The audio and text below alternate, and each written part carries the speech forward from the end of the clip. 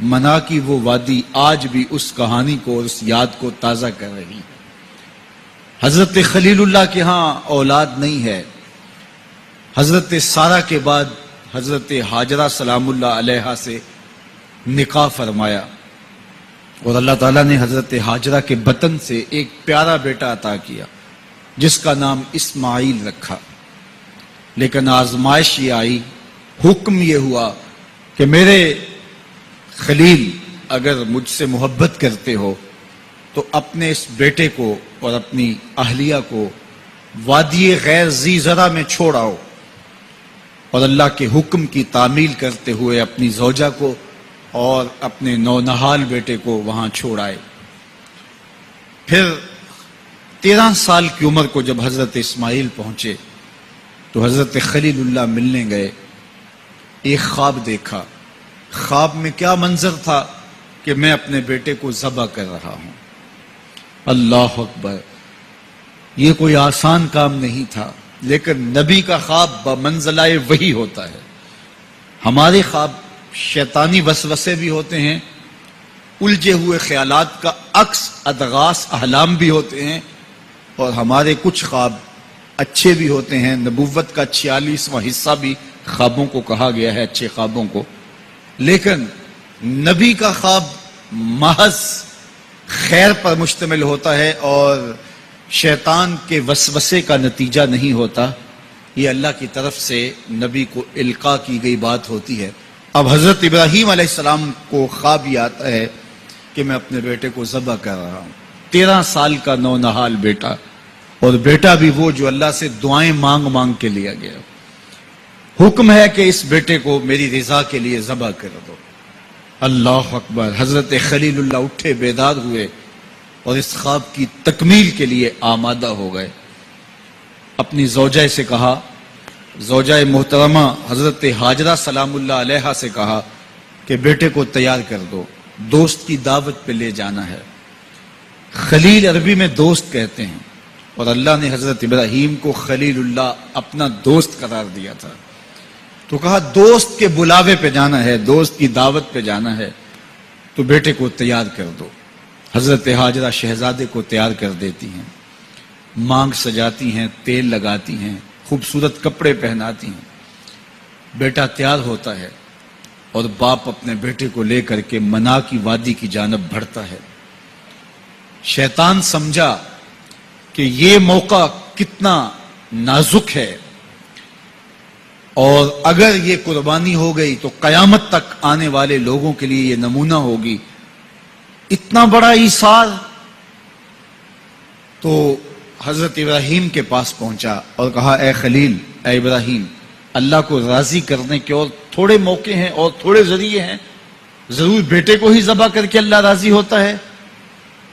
تو حضرت خلیل اللہ نے کنکر اٹھا کے اس کو مارتے ہوئے کہا بھاگ جا یہاں سے، میری گود میں ایک اسماعیل ہے، اگر 1000 اسماعیل بھی ہوتے رب کے حکم پہ قربان کر دے۔ حضرت اسماعیل کے پاس آیا، تمہارا باپ تمہیں کہاں لے کے جا رہا ہے؟ کہا دوست کی دعوت پہ۔ ان کے دوست نے بلایا ہے، اس دعوت پہ ہم جا رہے ہیں۔ کہا نہیں نہیں، تمہیں ذبح کرنا چاہ رہا ہے اور اس کو اللہ کا حکم سمجھ رہا ہے۔ تو آپ نے بھی پتھر اٹھا کے مارا، کہا ہٹ جا میرے راستے سے۔ اسماعیل کے بدن میں ایک جان ہے، لو لو میں بھی جان ہوتی، رب کے حکم پہ قربان کر دیتا۔ ماں کی ممتا بڑی کمزور ہوتی ہے، اولاد کے لیے اس کے جذبات بڑے حساس ہوتے ہیں۔ تو سیدہ ہاجرہ کے پاس آ پہنچا، کہا ہاجرہ شہزادہ کدھر ہے؟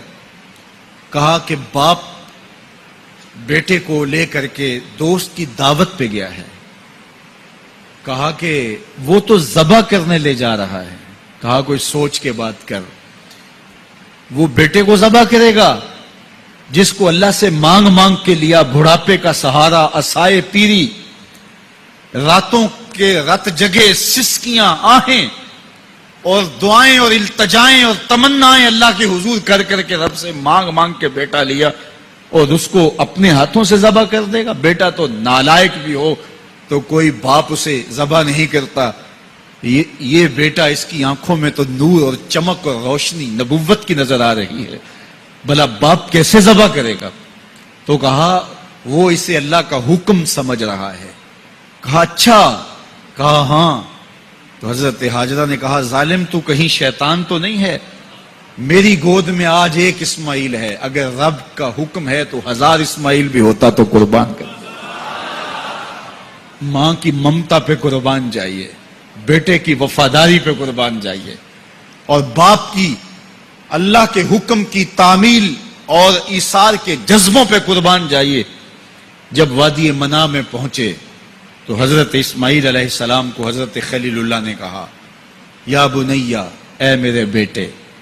کتنا دل آویز لہجہ ہے، کتنا پیار ٹپک رہا ہے. اے میرے بیٹے، میں نے خواب دیکھا ہے. خواب کیا دیکھا ہے؟ کہ میں یہ خواب دیکھ رہا ہوں کہ میں تجھے ذبح کر رہا ہوں. فانظر ماذا ترى، اب تو بتا تیری رائے کیا ہے. باپ بیٹے سے کہے کہ میں تمہیں ذبح کر رہا ہوں تو بیٹے کا انداز کیا ہوگا؟ آج تو باپ کسی بیٹے کو زیادہ محبت سے نواز دے تو دوسرے بیٹے شکایت کو نہ ہو جاتے ہیں کہ ہمارا باپ ظالم ہو گیا ہے. کسی وجہ سے کسی کو ترجیح دے دے، اپنے مال میں سے کسی کو کچھ زیادہ دے دے، اور وہ اس کا اختیاری مال ہو، لیکن اس کے باوجود بھی وہ اپنے چچاؤں کو، عزیزوں کو، رشتہ داروں کو کہتے ہیں جناب ہمارا باپ منصف نہیں رہا، ہمارا باپ زیادتی کر رہا ہے. یار یہاں باپ بیٹے کو کہہ رہا ہے کہ بیٹا میں تجھے ذبح کر رہا ہوں. بیٹے کے تیور نہیں بدلتے. یہ فیضان نظر تھا یا کہ مکتب کی کرامت تھی؟ سکھائے کس نے اسماعیل کو آداب فرزند؟ باپ نے کہا بیٹا میں تجھے ذبح کر رہا ہوں. بیٹے کا دل آویز جواب سنیے. بیٹا سر جھکا دیتا، امتثال امر تھا، حکم کی تعمیل تھی. بیٹا کہتا جی جیسے آپ کی مرضی، یہ بھی امتثال امر تھا. بیٹا خاموشی سے جھک جاتا، یہ بھی امتثال امر تھا. گردن رکھ دیتا، یہ امتثال امر تھا. بیٹا کہتا جی جیسے آپ چاہیں، امتثال امر تھا. لیکن بیٹے نے جو جواب دیا قیامت تک اس کو بھی سنہری حروف سے لکھا جائے گا. باپ نے کہا بیٹا میں تجھ کو ذبح کرنا چاہ رہا ہوں. جواب کیا آیا؟ یا آباتے، اے میرے ابو. ذرا دیکھیے باپ کا یہ کہنا کہ میں تمہیں ذبح کر رہا ہوں، اس کے جواب میں تیور نہیں بدلتے. چہرے پر جلال اور غصہ اور عجیب سی کیفیت پیدا نہیں ہوتی کہ میرے باپ آپ کیا بول رہے ہیں. لیکن جب باپ بولا بیٹا میں تجھ کو ذبح کرنا چاہ رہا ہوں تو فرما بردار بیٹا کیا بولتا؟ یا آباتے، اے میرے باپ. اللہ اکبر. تم تو ذبح کرنا چاہتے ہو. یا آبا تفعل ما تؤمر، ابو ذبح کیا ہے جو کرنا ہے کیجئے. یہ نہیں کہا کہ ذبح کرنا چاہتے ہیں ہاں ذبح کر لیجئے. ذبح کا جواب ذبح سے دینا یہ مکمل فرما برداری تھی. باپ کہتا یا آبا، یا بنیا، اے میرے بیٹے میں نے خواب دیکھا ہے میں تجھے ذبح کر رہا ہوں. تو بیٹا کہتا ہاں مجھے ذبح کر لیجئے. یا آبا تذبح، ہاں مجھے ذبح کر لیجئے. لیکن بیٹا یہ نہیں کہتا کہ ذبح کر لیجئے. ذبح کا جواب ذبح میں نہیں کہا بلکہ جواب 2 قدم آگے بڑھ کے دیا. یا آبا تفعل ما تؤمر، ماں میں عموم ہے. ابو ذبح کیا جو بھی کرنا ہے کیجئے. رہی بات میری گردن پہ چھری چلے گی، بدن تو تڑپے گا، لیکن ستاجدونی انشاءاللہ من الصابرین. میرے رب نے چاہا تو صبر کر کے دکھاؤں گا. اگر رب کے حکم کی تعمیل میں نونہال بیٹے کی گردن پہ چھری رکھنے کا عزم اور ایثار کی یہ کہانی آپ رقم کرنے جا رہے ہیں تو آپ میرا منظر بھی دیکھیں گے کہ میں تڑپوں گا بھی نہیں. یا ابا تفعل ما تؤمر ستجدنی انشاءاللہ من الصابرین. آپ دیکھیں گے میں صبر کر کے دکھاؤں گا. فلما اسلم وتلہ للجبین، قرآن بتاتا ہے جب دونوں راضی ہو گئے. کس بات پہ راضی ہو گئے؟ فلاں نمبر کی گاڑی خرید لیں، فلاں بنگلہ خرید لیں، فلاں فیکٹری خرید لیں. باپ اور بیٹے نے یہ طے کیا نہیں. باپ ذبح کرنے پہ راضی ہو گیا اور بیٹا ذبح ہونے پہ راضی ہو گیا. فلما اسلم، ایک تو ہمارا اسلام ہے، یہاں دیکھو ان کا اسلام. الاسلام گردن نہادن. اسلام کا معنی یہ ہے گردن رکھ دینا. اپنی مرضی چھوڑ دینا. فلما اسلما، جب دونوں نے گردنیں رکھ دی، دونوں نے اس جو ہے وہ یہ طے کر لیا، باپ نے ذبح کرنے کا طے کر لیا، بیٹا نے ذبح ہونے کا طے کر لیا. وَتَلَّهُ لِلْجَبِينِ، اور باپ نے بیٹے کو پیشانی کے بل لٹایا. اس پر دو قول ہیں. تَلَّهُ لِلْجَبِينِ، پیشانی کے بل یوں لٹایا کہ الٹا لٹایا تاکہ پیچھے سے ذبح کریں، بیٹے کا من منہ نہ چہرہ سامنے نہ ہو، ذبح کرنے میں رکاوٹ نہ بن جائے. کوئی بیٹا معمولی تو نہیں، اس کی پیشانی میں نبوت کے اجالے چمک رہے. تو بیٹے کو لٹا دیا اور الٹا لٹایا. تَلَّهُ لِلْجَبِينِ، پیشانی کے بل لٹایا. لیکن مفسرین کی ایک جماعت نے کہا نہیں، الٹا نہیں لٹایا. تو تَلَّهُ لِلْجَبِينِ کا معنی کیا ہوا؟ جس طرح ہم آپ جانور کو ذبح کرتے ہیں تو اس کی گردن کو خم دے کے پیچھے زمین پہ لگا دیتے ہیں تاکہ اس کی رگیں تن جائیں اور گردن کھل جائے اور چھری پھیرنے میں آسانی ہو اور جلدی سے جو ہے وہ رگیں کٹ جائیں. کہا کہ بیٹے کی ریشم جیسی نازک گردن کو موڑ کے پتھر پر پیشانی کو لگایا. اللہ اکبر. بیٹے کو رسیوں سے باندھا ہوا تھا اور اپنی آنکھوں پہ پٹی باندھی ہوئی تھی، اور یہ بیٹے نے کہا تھا ابو مجھے رسیوں میں جکڑ لے، شدت کی درد ہوگی، کہیں تڑپ نہ جاؤں، اور ایسا نہ ہو کہ رب کے حکم کی تعمیل میں آپ کو تاخیر نہ ہو. تو باپ نے اپنے ہاتھوں سے اپنے بیٹے کو جکڑا تھا. لیکن جو ہی چھری پکڑ کے باپ بیٹے کو ذبح کرنے لگا، بیٹے نے آواز دی ابا جان رک جائیے. کیوں بیٹا، پروگرام تبدیل ہو گیا؟ کہا نہیں، یہ میری رسیاں اتار دیجئے. بیٹا کیوں اتاروں، خود تو کہا تھا مجھے رسیوں سے جکڑ لو. ابا جان میری رسیاں اتار دیجئے.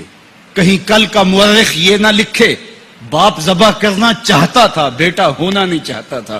باپ نے باندھ کے کیا. کھول دیجئے رسیاں، نہیں تڑپوں گا. اللہ اکبر. رسیاں کھول دی جاتی ہیں. کائنات نے ایسا منظر کبھی دیکھا نہیں تھا، چشم فلک نے ایسا نظارہ کبھی کیا نہیں تھا. منا کی وادی ہے، فولاد جیسے پگھلے ہوئے پہاڑ ہیں، آسمان سے فرشتے بھی جھک جھک کے حورے غلمان اور رضوان جنت بھی دیکھ رہے ہیں. مالک قیامت آنے والی ہے. کہا فرشتوں تم نے کہا تھا انسان کو خلیفہ بنایا جا رہا ہے، یہ تو لڑائی کریں گے، سجدے تو ہم کریں گے، ذرا میرے بندے کی اس انوکھی ادا کو بھی تو دیکھو.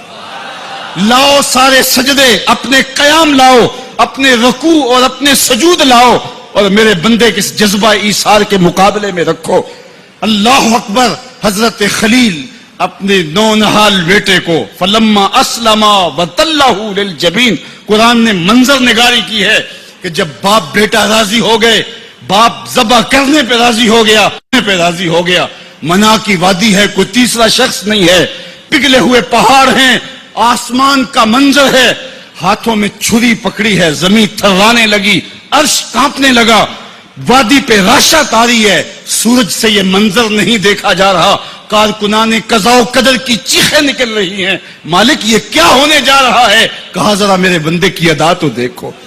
پھر ہاتھوں میں چھری پکڑ کے، آنکھوں پہ پٹی بندھی ہے اور نونہال لیٹا ہے، اور پیشانی موڑ کر کے، گردن موڑ کر کے پیشانی زمین پہ لگائی، اور تنی ہوئی رگوں پر حضرت خلیل اللہ نے جب چھری پکڑ کے چھری کو پوری ہمت کے ساتھ بیٹے کو ذبح کرنے کے لیے جنبش دی. چھری تو جنبش کرتی ہے لیکن ایک بال بھی نہیں کٹتا. چھری کو زمین پہ مارا، زمین میں دھنس جاتی ہے. لما تقطعی یا سکین، چھری کاٹتی کیوں نہیں؟ تیرا کام تو کاٹنا تھا. آواز آئی الخلیل یامرنی والجلیل ینہانی. خلیل کاٹنے کا کہتا ہے، رب جلیل کہتا ہے خبردار ایک بال بھی کاٹا تھا. کہا چھری تیرا کام تو کاٹنا تھا. حضرت آگ کا کام بھی تو جلانا تھا. جس نے آگ کو جلانے سے روکا تھا آج اسی کا حکم میرے نام بھی ہے کہ ایک بال بھی نہیں کاٹنا. اس سے راستہ اختیار کیا جا سکتا تھا نکلنے کا. میں نے تو چھری چلائی، اب کیا کروں؟ چھری نے کام نہیں کیا. شکر ہوا بیٹا بچ گیا، لیکن نہیں. خلیل سمجھے شاید کوئی دل میں نرمی پیدا ہوئی تو رب نے چھری کو روک دیا. چھری کو پھر پتھر پہ رگڑا، تیز کیا، اور چھری کی نوک کو نازک گلے پہ رکھ کے پورا وزن ڈال دیا. گلا کٹ گیا، خون بہنے لگا. حضرت خلیل خوش ہو گئے. کتنا مشکل کام تھا بیٹے کو ذبح کرنا، میں کر دیا. جلدی سے آنکھوں سے پٹی کھولی تو کہا، دیکھا کیا کہ منظر بدلا ہوا تھا. بیٹا سمجھ کے جسے ذبح کیا تھا وہ بیٹا نہیں تھا، وہ دمبا تھا. اور حضرت اسماعیل پاس کھڑے مسکرا رہے تھے. بے ساختہ زبان سے نکلا اللہ اکبر. تو حضرت اسماعیل بولے لا الہ الا اللہ واللہ اکبر. پاس کھڑے جبریل جو دمبا لے کے آئے تھے بولے اللہ اکبر وللہ الحمد. ادھر سے آواز آئی وَنَادَيْنَاهُ أَن يَا إِبْرَاهِيمُ قَدْ صَدَّقْتَ الرُّؤْيَا إِنَّا كَذَلِكَ نَجْزِي الْمُحْسِنِينَ. ادھر سے آواز آئی جس سے پہاڑ کی وادی گونجنے لگی اے ابراہیم تو نے واقعی خواب پورا کر دکھایا. وَنَادَيْنَاهُ. سب مترجمین نے اس کا ترجمہ یہ کیا ہے واو حالیہ ہے, یہ طلباء جانتے ہیں. اس حال میں ہم نے ندا دی. حال کیا تھا کہ دمبا ذبح پڑا ہوا تھا, حضرت اسماعیل مسکرا رہے تھے, جبریل پاس کھڑے تھے. جبریل کا پاس کھڑا ہونا اس بات کی دلیل تھی کہ یہ دمبا وہ لے کے آئے ہیں, اور ان کا مسکرانا یہ ساری کہانی بتا رہا تھا. تو حضرت ابراہیم علیہ السلام نے جب یہ منظر دیکھا تو یقین تو ہو گیا کہ یہ رب کی طرف سے انتظام ہے, جبریل لے کے دمبا کھڑے ہیں. تو یہ یقین تو تھا, لیکن مزید تیقن پیدا کرنے کے لیے اللہ کی وحی اترنے لگی اور حضرت خلیل کا دل باغ باغ ہو گیا. وَنَادَيْنَاهُ. اس حال میں جب دمبا ذبح پڑا تھا, اسماعیل خوشکن مسکرا رہے تھے, خوبصورت ہنسی ہنس رہے تھے, مسکرا رہے تھے, اور حضرت جبریل بھی مسکرا رہے تھے. تو اس حال میں ہم نے ندا دی ابراہیم تو نے واقعی خواب پورا کر دکھایا.